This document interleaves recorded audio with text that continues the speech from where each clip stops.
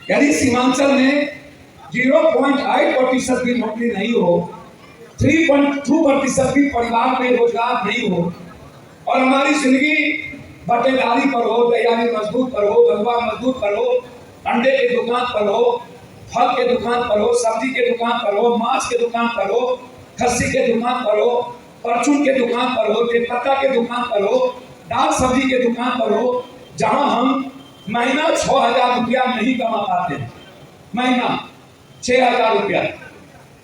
कितना ऐसा परिवार है इस किसान जो गडरिया में, जब नेता लोग आते हैं चुनाव में, जैसे रुपौली का चुनाव है, भारत का लगभग नेता मंत्री सब लोग रुपौली आ गए, सब प्रधानमंत्री नरेंद्र मोदी जी को छोड़, बस बाकी एक ही छोड़ा गया, नरेंद्र मोदी जी।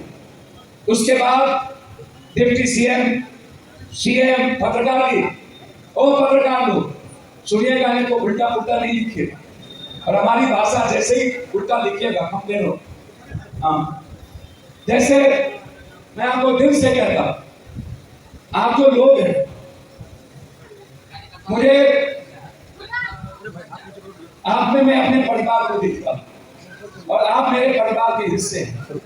आपको क्या लगता है मैं राजनीति करता हूं? कभी मैं लोगों को कहता हूं यदि मुझे राजनीति करनी होगी तो हम भी किसी बड़े दल और गठबंधन के हिस्सा हो गए होते। हम जब पूर्णिया में प्रणाम पूर्णिया, सलाम पूर्णिया, जोहार पूर्णिया शुरू किए थे, हमने मधेपुरा जहां से हम 2 बार सांसद रहे, रंजीत रंजन भी 2 बार सुपौल से सांसद रही, 4 बार पूर्णिया से रहे, 1 बार एमएलए सिंहेश्वर से रहे। मधेपुरा मेरा गांव है, घर है, खुर्दा यहाँ से 1 घंटे की दूरी पर। हम जब मोदी जी की लहर में चुनाव लड़ रहे थे वाई फंस गए, तो भारत में सबसे ज्यादा वोट से चुनाव जीते थे, और उस लहर में 3,86,000 मैडम चुनाव जीती। दोनों आदमी को आपकी दुआओं ने, आपके आशीर्वाद ने, ब्लेसिंग ने हमेशा बेटे के रूप में एक भरोसा किया आपने। हम जब भी कोई अररिया किशनगंज में कोई घटना घटित हुई, या प्राकृतिक विपदा आई, या कोरोना आया, या कोई बाढ़ आया, या कोई घटना घटी, या किसी नेताओं के द्वारा समाज तोड़े गए, इंसानियत को बांटे गए, जाति के नाम पर मफाद पैदा किया गया, धर्म और मजहब के नाम पर मफाद पैदा किया गया, हमारी कोशिश हुई एक बेटे की तरह हमेशा अररिया को सुरक्षित रखना है, अररिया के अमन चैन को बचाया जाए, अररिया के हर परिवार की खुशियों को महफूज रखा जाए, कभी भी किसी को दुख ना पहुंचे। रात में घटना घटी, 4 बजे सुबह आए, या कोई परिवार ही कर सकता है, या कोई नेता नहीं कर सकता। जिसे डर होता है अपने परिवार का, माँ का, गोद का, खून का, रिश्ता का, वही इंसान सब कुछ छोड़कर सिर्फ आपके लिए जीता है। मेरी जिंदगी पर सिर्फ आपका अधिकार है, मेरी जिंदगी पर इंसान को छोड़ मेरे परिवार का अधिकार सेकेंड है, मेरे बच्चे और मेरे परिवार का अधिकार मेरे पर, पप्पू पर सेकेंड है।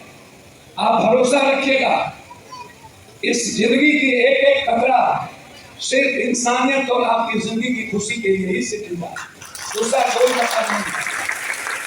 आप सोते, जीते, उठते, आप जो गरीब हैं, मिडिल क्लास के लोग हैं, जिस जात और धर्म के लोग हैं, मैं सबसे आग्रह करूंगा, आपको कोई दरवाजा ढूंढना नहीं है, आपको तकलीफ में नहीं रहना है, आप परेशान मत होइए, आप डरिए नहीं, आप गहरी चिंता मत करिए, आप अभाव में मत जिए।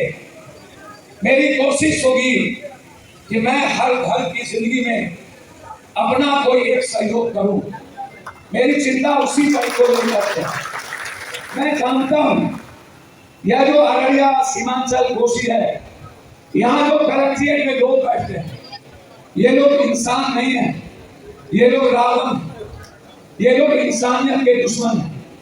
ये जो नेता आते हैं चुनाव में, जब चुनाव में लोग एक दूसरे को बाप बनाते हैं, नेता आए, डिप्टी सीएम ने कहा मैं रुपौली को नंबर 1 करूंगा, मैंने पूछा आज प्रेस कॉन्फ्रेंस करके, 20 साल से नीतीश बाबू की पार्टी वहां विधायक हैं, 20 साल में आप एक पुल नहीं बना पाए, 20 साल में, 40 सालों में, 70 सालों में इस देश में भ्रष्टाचार नहीं खत्म हो पाया।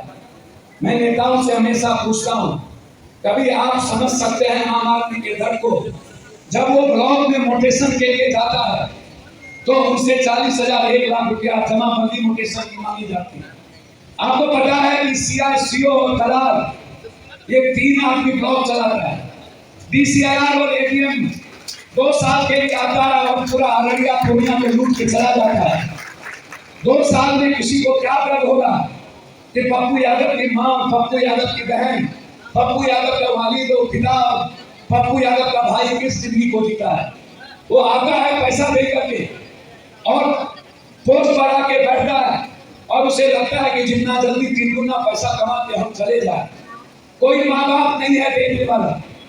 जब राशन कार्ड के लिए हम जाते हैं, जमाबंदी 3 साल 2 साल तक मोटेशन नहीं होता है, मोटेशन सीओ रखा जाता है। सीआई जब तक दलाली पूरी नहीं होती है, दलाल लोग जब तक 1,40,000 वसूलते नहीं है, तब तक गरीब और आम आदमी का मोटेशन जमाबंदी नहीं होता है। ये कैसे चलेगा? मैं आपको यही कहने आया हूं, जो लोग नेतागिरी करते हैं, कोई भी पार्टी, उनसे कहिए तुम्हारी औकात है ना तो तुम 2 गरीब की जिंदगी बदल के दिखाओ। तुम नेतागिरी करते हो, तुम्हारी हैसियत है तो मुझे कलेक्टर और सीओ से न्याय दिला के दिखाओ। तुमको कोरोना आया, पूरी दुनिया की हम मदद की, हम जेल में बंद हुए, हम इस कोसी सीमांचल और बिहार के मजदूरों को अकाउंट में 2-2 हजार रुपया, 34 करोड़ रुपया से ज्यादा सारे मजदूरों को लाना, दिल्ली में अन्य शहरों में सारे मजदूरों को खाना पहुंचाना 1 महीने का, कोटा से अपने बच्चों को लाना। पूरे बिहार में जब सब लोग अपनों का लाश छोड़ देते थे, तब हम उनके लाश को उठाते थे, तब हम उनके लाश को फैलाते थे। हमको क्यों नहीं कोरोना हुआ? हमको क्यों नहीं जिंदगी मरी?